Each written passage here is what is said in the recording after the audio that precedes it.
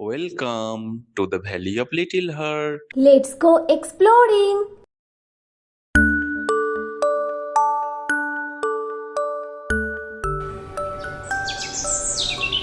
চরণ কাঠুরের বাড়িতে ছিল তার মা, বাবা, বউ, ছেলে মেয়ে। আরো দুজন ছিল, একটা গাধা আর একটা ছাগল। কাঠুরে এই গাধার ওপর খুব নির্ভর করত। জঙ্গল থেকে কাঠ বয়ে নিয়ে আসাই হোক বা শহরে কাঠ বিক্রি করতে যাওয়াই হোক, এই গাধাই ছিল চরণের একমাত্র ভরসা। এত পরিশ্রম করত বলে চরণ গাধাকে বেশি বেশি খেতে দিত।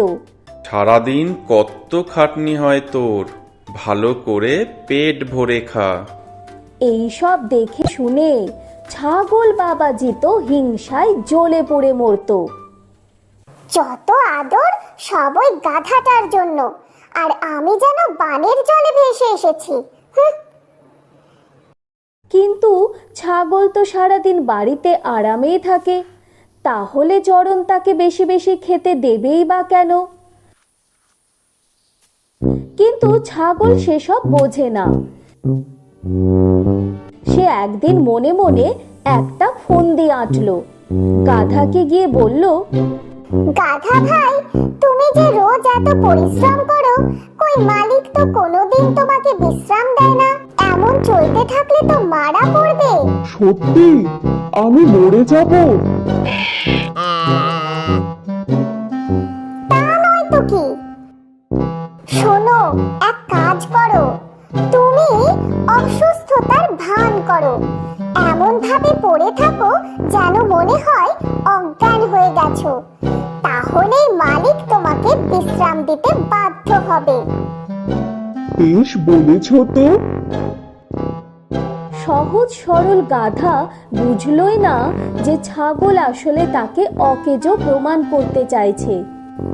পরের দিন সকাল হলো, চরণ এলো তার গাধার কাছে।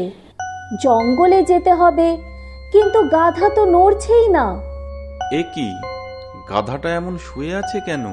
চোখও খুলছে না, শরীর খারাপ হলো নাকি? চরণ ভারী চিন্তায় পড়ে গেল।